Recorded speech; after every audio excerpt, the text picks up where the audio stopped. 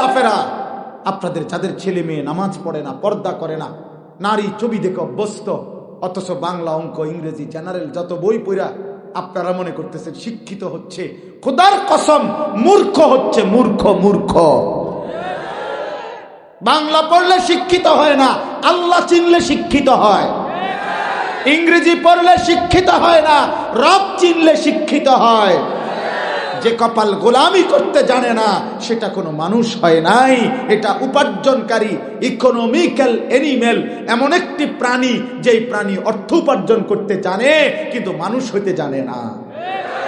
আমনের ফুটিয়া কামাইতে আরে, মানুষ হইতে আরে না। বিল্ডিং করতে পারবেন আপনি? বিল্ডিং গরু ছাগলের লাগে বানানো হয়, গরুর খামারও বিল্ডিং এ, আসমুনকার খামারও আছে বিল্ডিং এর। হ্যাঁ, প্রাইভেট কার কিনতেন না, প্রাইভেট কারে ছাগল টানে, অনেক প্রাইভেট কার দিয়ে অন্দুরের ওষুধ বেছে। এসি লাগাইতেন পারবেন? ইউরোপ আমেরিকার মধ্যে শুকরের খামারে, কুকুর পালার খামারে সেন্ট্রাল এসি লাগায় পুরাটাত। আমার অস্ট্রেলিয়ার পরিচিত, আমার বন্ধু আছে, পরিচিত মানুষ অস্ট্রেলিয়া থাকে, উনি বলছে অস্ট্রেলিয়া। আমি বলছি কি করেন? কাজে আমি অস্ট্রেলিয়াতে সেখানে হেলিকপ্টার দিয়ে সার দেই। সত্যি, বিশ্বাস করে, হেলিকপ্টার দিয়ে খেতে সার দেয়। মানে কোম্পানির এত হাজার প্রজেক্ট, একর প্রজেক্ট, এটা কোনো এমনি সার দেওয়া যায় না, এটা হেলিকপ্টার দিয়ে দিতে হয়। তাহলে কাফের বেঈমান তো হেলিকপ্টার দিয়ে সার দেয়, মানে আমরা ওই পর্যন্ত যাবো কোন দিন? আমরা বাংলাদেশে হেলিকপ্টার দিয়ে সার দিব কোন বছর? এইবারে নির্বাচনের পরে।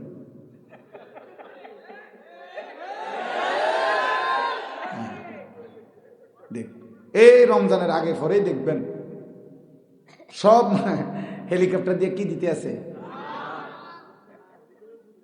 হ্যাঁ, যেভাবে বুদ্ধি দিতেছে, আল্লাহু আকবার, বুদ্ধি আল্লাহ পাক একটা খড়ি দিছে বাংলাদেশে। এই জন্য বললাম আব্বা, দুনিয়া ভোগ করা তো সফলতার কিছু না রে বাপ। শুধু দুনিয়া খাইলাম, ঘুমাইলাম, পেশাব পায়খানা করলাম, শুধু দুনিয়া। বাবারা, মায়েরা, অভিভাবকরা, ছেলেরা, আহা, দাদাও হিসাব, বাবারও হিসাব, ছেলেরও হিসাব, মেয়েরও হিসাব, জামাইরও হিসাব, মেয়ের জামাইরও হিসাব, সবার হিসাব দুনিয়া। সবাই বুঝাইতেছে, বাপেও কয় ফোলার বিল্ডিং আছে, ফোলাও কয় আমার বিল্ডিং আছে। বাপেও কয় ছেলে বিদেশ করে, বা ফুতেও কয়, ফুলাও কয় আমি বিদেশ থাকি। সবাই টাকা দেখাচ্ছে, মোটরসাইকেল দেখাইতেছে, মোবাইল দেখাইতেছে, বিল্ডিং দেখাইতেছে, টাইলস দেখাইতেছে। আখেরাত, আখেরাত কোথায় আব্বা? মেয়ের জামাই, আপনি যতগুলো মানুষের সামনে বললেন ছেলের বাড়ি আছে, ছেলের নিজস্ব জায়গা কিনছে রাস্তার লগে, সবই তো বললেন আব্বা, ছেলেটা নামাজি পড়ে কিনা, চরিত্রবান কিনা সেটা বলে।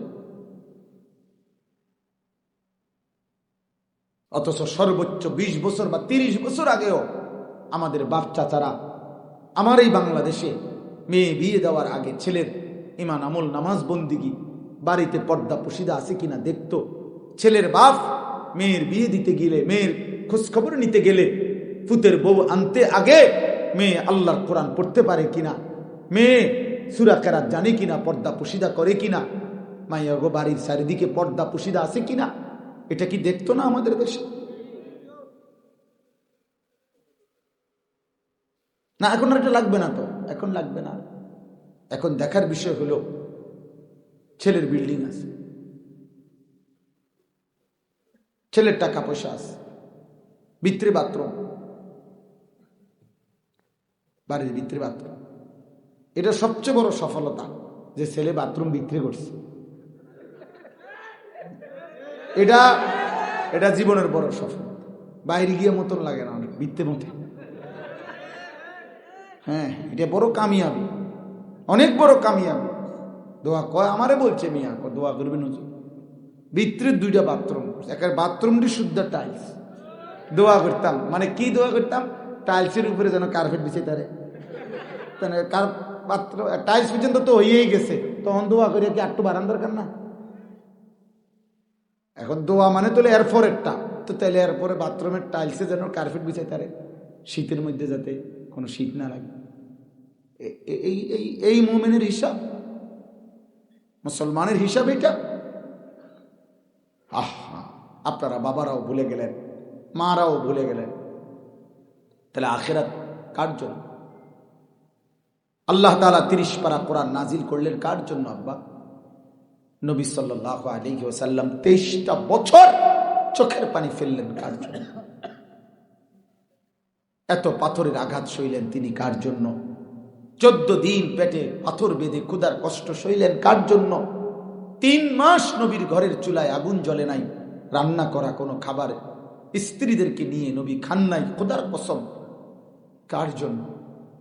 আম্মা জান আয়েশা রাদিয়াল্লাহু তাআলা আনহা বলেন, সারা রাত্র আমি শত শত রাত দেখছি নবী আমার, স্বামী আমার উম্মতের জন্য চোখের পানি ফেলে কাঁদছেন, একেবারে ফজরের আজান পর্যন্ত এক দাঁড়ালোতে, হাত্তা তাওয়াররামাত কাদামাহু। আম্মা জান আয়েশা বলেন, আমি দেখছি নবীজির পা মুবারক ফুলে ফুলে যেত, আর তিনি অজরে আল্লাহর কাছে চোখের পানি ফেলে কাঁদতেন। আয় দোস্ত, যিনি আমাদের জন্য এভাবে কাঁদলেন, যিনি আমাদের জন্য পাথরের আঘাত সইলেন, যিনি আমাদের জন্য ক্ষুধার কষ্টে পেটে পাথর বাঁধলেন, যার পিঠটা চালনির মতো তায়েফের পাথরে ঝাঁঝরা করে ফেলছে, বিনিময়ে আমরা এক ওয়াক্ত নামাজ পড়তে মন চায় না। আমরা কোন নবীর উম্মত? শেষ নবীর উম্মত। এই আব্বা বলো না, তুমি শেষ নবীর উম্মত? 30 বছর ধরে যে বাপ সুদ খান, এই সুদখোর বাবা, আপনি আখেরি নবীর উম্মত? 60 বছর বয়সেও আপনি এখনো বিড়ি সিগারেট খান, আপনি ওই মদিনাওয়ালার উম্মত? মদিনার সেই বন্ধু আপনাকে এই অবস্থায় দেখলে, আপনার সামনে এসে দাঁড়াইলে উনি আপনাকে কি বলতো? যে উম্মত, তুমি এটা কি করছো উম্মত? এই আমার তায়েফের রক্তের বদলা। 365 দিনে খোদার 1 বছরে আপনারা মনে করেন এখানে 10-20 কিলোমিটার জায়গার ছেলে, এখানে তো সারা বাংলাদেশ থেকে আসে নাই, সর্বোচ্চ 20 কিলোমিটার জায়গার ছেলে পেলে তোমরা, তাইলে তোমরা যদি এখানে 1000 ছেলে হয়ে থাকো, তাইলে আব্বা তোমরা বলো, তোমাদের এই 20 কিলোমিটারের মসজিদগুলোতে 365 দিনে 1000 ছেলের মধ্যে 950 ছেলেই এমন যাদেরকে খোদার 1 বছরে কোনোদিন ফজরের নামাজে কেউ মসজিদে দেখে না। তাহলে তোমার মালিক কি তোমার উপরে ফজরের নামাজ ফরজ করে না? সকালের আলো কি তোমার জন্য ফুটে নাই? আল্লাহ কি তোমার 2 চোখে ঘুম দেয় না?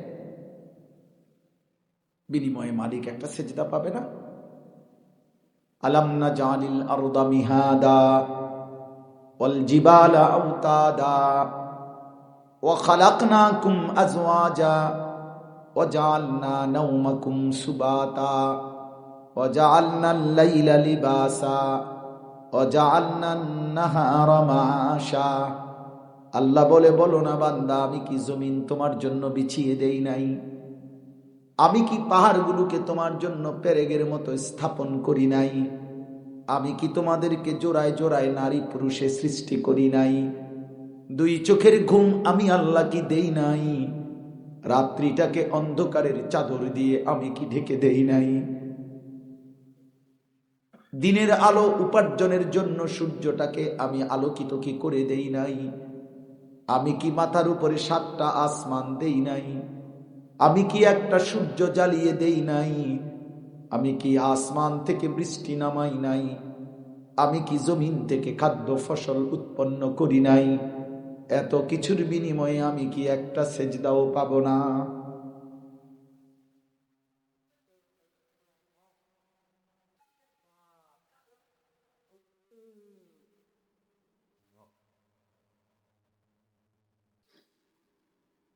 বলো বাপ, বলো যুবক, কেমনে ঘুমায় ভাবছে রাতে? যদি এ ঘুমার না ভাঙ্গে, এই রাত যদি আর ভোর না হয়, আর কোনোদিন পৃথিবীর আলো যদি না দেখো, একটা সেজদাও যে দিলা না, কেমনে পার করবা রাতটা? কুল ইয়াতাওয়াফাকুম মালাকুল মাউতিল্লাযী বুক্কিলা বিকুম সুম্মা ইলা রাব্বিকুম তুরজাউন। আল্লাহ বলেন, বন্ধু আপনি বলে দেন, আমি আল্লাহর পক্ষ থেকে নির্ধারিত ফেরেশতা মালাকুল মউত নির্ধারিত সময়ে তোমাদের প্রত্যেকের মৃত্যু ঘটাবেন। তাফসীরের মধ্যে আছে মালাকুল মউত আজরাইল আল্লাহর নবীকে বলছেন, ইয়া রাসূলুল্লাহ, এই পৃথিবীর প্রথম মানুষ আদম থেকে শুরু করে ইসরাফিলের ফু পর্যন্ত যত মানুষ আল্লাহ সৃষ্টি করেছেন করবেন, সমস্ত মানুষের রূহটা একটা মানুষের খাবারের প্লেট যেভাবে সাজানো সামনে থাকে, আমি আজরাইলের সামনে এমন একটা প্লেটের মধ্যে প্রথম থেকে শেষ পর্যন্ত সবগুলো রূহ 24 ঘন্টা আমার সামনে রেডি আছে। আমি এক নজরেই দেখতে পাই। এরপরে আজরাইল তাফসিরে লিখছে, আল্লাহর নবীকে বলছে, ইয়া রাসূলুল্লাহ, নবী গো, বন্ধু আমার, মসজিদের ওই মিনারা থেকে আল্লাহর পক্ষ থেকে মুয়াজ্জিন যেভাবে প্রতিদিন 5 বার আল্লাহর দিকে বান্দাকে ডাকে, আমি মালাকুল মউত প্রতিটা রূহের দিকে তাকাইয়া প্রতিদিন কমপক্ষে 5 বার তাকে ডাক দেই। আমি প্রতিটা রূহকে বলি, আমি তোমাকে নিয়ে আসবো, আমি তোমাকে নিয়ে আসবো, আমি তোমাকে নিয়ে আসবো। আল্লাহ যখন বলে খাবারের লোকমার মতো, আমি একটা টান দিয়ে আল্লাহর বান্দার রূহটা নিয়ে আসি। আল্লাহু ইয়াতাওয়াফাল আনফুসা হিনা মাউতিহা ওয়াল্লাতী লাম তামুত ফী মানামিহা। আল্লাহ বলে, জানো কি বান্দা, আমি তো দেহ থেকে রূহ আলাদা করি ফেরেশতার মাধ্যমে। ঠিক তেমনি ভাবে প্রত্যেকবার তোমরা যখন ঘুমাও, খোদার কসম আল্লাহ কোরআনে বলছে, আমি প্রতিবারই তোমার দেহ থেকে রূহ আলাদা করে রাখি।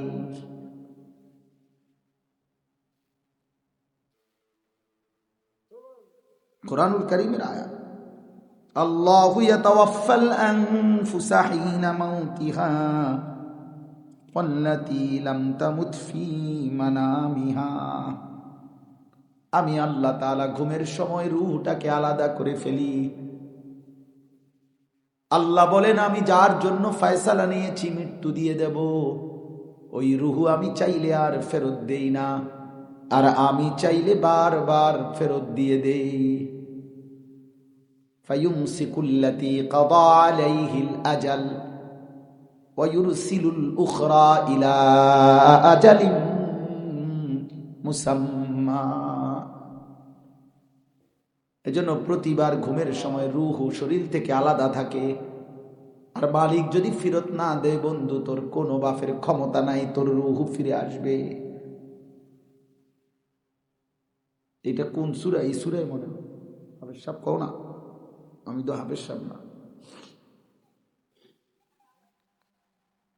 এই যে এখানে আমি এই সূরাটা একটু আল্লাহু ইয়াতাওয়াফাল আনফুসা হিনা মাউতিহা ওয়াল্লাতী লাম তামুত ফী মানামিহা ফায়ুমসিকুল্লাতী কাদা আলাইহাল মাউতা ওয়া ইউরসিলুল উখরা ইলা আজালিন মুসাম্মা ইন্না ফী যালিকা লাআয়াতিন লিকাওমিন ইয়াতাফাক্কারুন। আল্লাহ বলে, এই কথা যদি কোনো বান্দা ভাবে, তার জন্য এর মধ্যে নিদর্শন আছে। আহারে, আমি এতটা দুর্বল, আমি ঘুম এসে গেলে আমার রূহ তো আমার থেকে বিচ্ছিন্ন হয়ে থাকে। ওই মালিক যদি দয়া করে ফেরত না দেয়, কে আমার রূহ ফেরত দিবে? অথচ আমি তাকেই একটা সেজদা দিলাম না। এই জন্য মুসলমান, লজ্জা থাকলে আব্বা আজকের রাতে ঘরে না গিয়া মসজিদে যাও, এখন সেজদা দাও, এখন দাও, এখন মালিকরে ডাক দাও, আজ রাতে বলো, এখন বলো, আল্লাহ আমি ভুল করে ফেলছি, মাওলা আপনি আমারে মাফ করে দেন। আল্লাহ বলবে, বান্দা যদি মৃত্যুর আগে সাকরাতুল মাউত, মৃত্যু যন্ত্রণার আগে আগে যদি আমারে ঠিক মতো ডাক দিতে পারো, জিন্দিগির গুনাহ যদি ছেড়ে দিয়ে আর করবা না ওয়াদা দিয়ে আমি আল্লাহর কাছে যদি চোখের এক ফোঁটা পানি ফেলে ডাক দিতে পারো, মাওলা জীবনটা গুনায় গুনায় শেষ করে ফেলেছি, আজ রাত গভীরে একাকিত্বে পেছনের জিন্দিগির ভুল বুঝতে পেরে আমি আল্লাহ আপনার কাছে ডাক দিলাম, আমি তওবা করলাম মালিক, গুনাহ ছেড়ে দিলাম, আর করব না ওয়াদা দিলাম, আমি লজ্জিত, মাফ চাইলাম। কুল ইয়া ইবাদিয়াল্লাযীনা আসরাফু আলা আনফুসিহিম, আল্লাহ বলে বন্ধুরে আমার ওই বান্দাদেরকে বলে দেন যারা জীবনটা গুনায় গুনায় শেষ করে ফেলেছে, যারা জীবনটা নাফরমানিতে শেষ করে ফেলেছে, ওদেরকে বলেন অন্য কোনো দিকে না যাইতে, যদি হায়াত থাকে আমার কাছে ফিরে আসতে বলেন, আমি আল্লাহকে ডাকতে বলেন, তওবা করতে বলেন, গুনাহ ছাড়তে বলেন, আর করবে না ওয়াদা দিতে বলেন। লজ্জিত আর অনুতপ্ত হয়ে মাথাটা নিচু করে একটা সেজদা দিয়ে চোখের এক ফোঁটা পানি ফেলে আমি আল্লাহকে ডাক দিতে বলেন। গুনাহ যত বেশি হোক, আসমান ছুঁয়ে যাক, পাহাড় ছুঁয়ে যাক, সমুদ্রের ঢেউর চাইতে বেশি হয়ে যাক, লা তাকনাতু মির রাহমাতিল্লাহ,